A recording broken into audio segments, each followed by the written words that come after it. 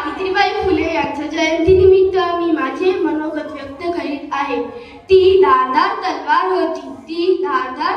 होती, ती स्त्री शिक्षणाचा अंगार होती.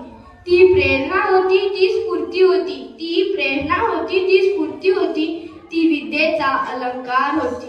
ती अशी स्त्री होती जी समाजाच्या भीतीने कधी डगमगली नाही.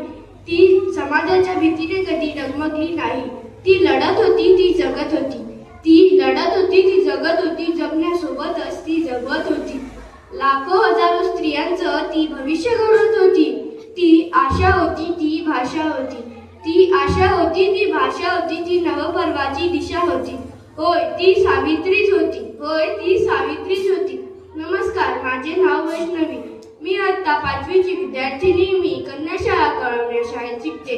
स्त्री शिक्षणाचा बसा घेऊन स्त्रियांसाठी आणि समाजासाठी एक आदर्श ठरलेल्या सावित्रीबाई फुले यांची आज जयंती.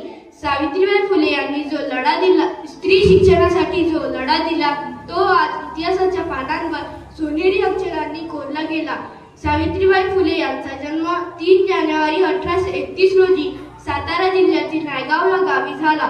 त्यांच्या आईचे नाव लक्ष्मीबाई तर त्यांच्या वडिलांचे नाव खंडोजी नवसे पाटील असे होते.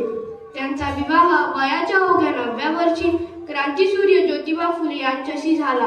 त्यावेळी त्या निरक्ष होत्या, परंतु त्यांना शिकण्याची उत्तुंग अशी आवड होती.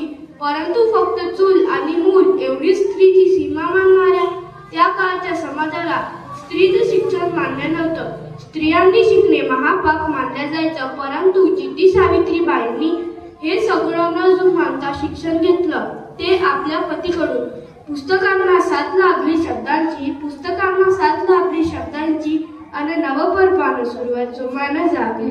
पुढं महात्मा फुले व सावित्रीबाईंनी पुण्यातील इसवी सन 1948 रोजी पुण्यातील बुधवार पेठेत मुलींची पहिली शाळा सुरू केली. अर्थातच त्यांच्या या क्रांतिकारी विचाराला त्या काळचे लोक मान्य करत नव्हते.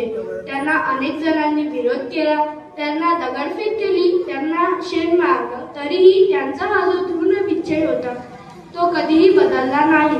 त्यांनी माघार घेतली नाही आणि क्रांतीही घडली. शेवटी जाता एवढंच सांगेल की सावित्रीबाई कणा होत्या त्या स्त्री शिक्षणाच्या. विणावादन करणाऱ्या त्या दूत होत्या सरस्वतीच्या.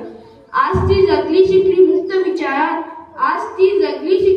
विचारात सावित्रीच्या शतशः नमन करते. त्या क्रांतिकारी विचारांना